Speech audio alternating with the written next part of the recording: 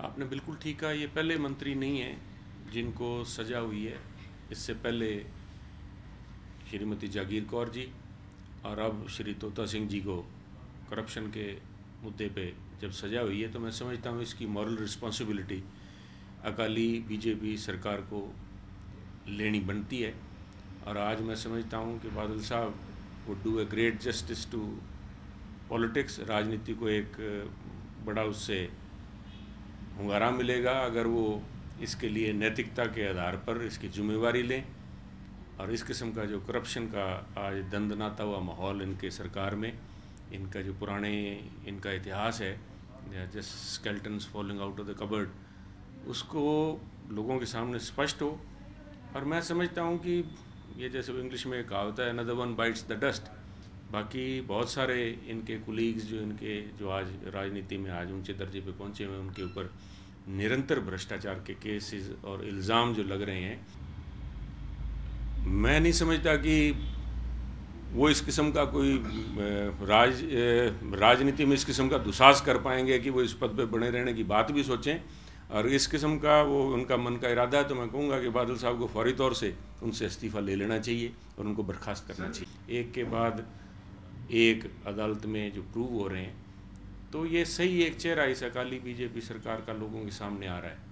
और मैं तो यहाँ तक कहूँगा कि अगर पिछले 5 साल में कांग्रेस पार्टी की तरफ से विधानसभा में हमने बहुत से ऐसे मुद्दे उजागर किए हैं, और विशेष तौर पर वो मुद्दे जहाँ पे केंद्र सरकार से पंजाब को, पंजाब के किसानों को, पंजाब के गरीबों के हितों के लिए जो केंद्रीय सहायता आई है, उसमें जिस किस्म की घपलेबाजी, जिस किस्म के घोटाले विधानसभा की कमेटी में होने के साथ साथ हमने विधानसभा के पटल के ऊपर भी बतौर एमएलए जो मुद्दे सामने रखे थे, कमेटी की फाइंडिंग्स ने प्रूव किया।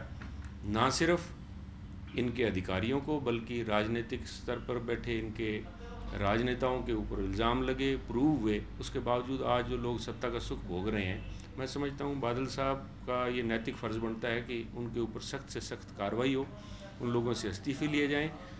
और ये भी मैं मांग करूँगा कि बार बार बादल साहब सीबीआई की तरफ इशारा करते हैं कि ये सेंटर की सरकार की तरह से उनके इशारे पे काम करती है, तो मैं तो ये भी मांग करूँगा कि एक जुडिशल इंक्वायरी हो। जैसे कणक के बीज की सब्सिडी के मुद्दे को उठाया गया, उसके ऊपर गंभीर आरोप लगे। किसानों को दी जाने वाली हर सब्सिडी के अंदर जिस किस्म से घपले हुए, उनको सामने राष्ट्रीय कृषि योजना के तहत जो पैसा आया उसके ऊपर इल्ज़ाम लगे। नेशनल हॉर्टिकल्चर मिशन के तहत जो पैसा है उस पर इल्ज़ाम लगे। गरीबों के लिए, गरीबों के, दलितों के बच्चों के लिए जो वजीफ़े आए उसमें घपलेबाजी हुई।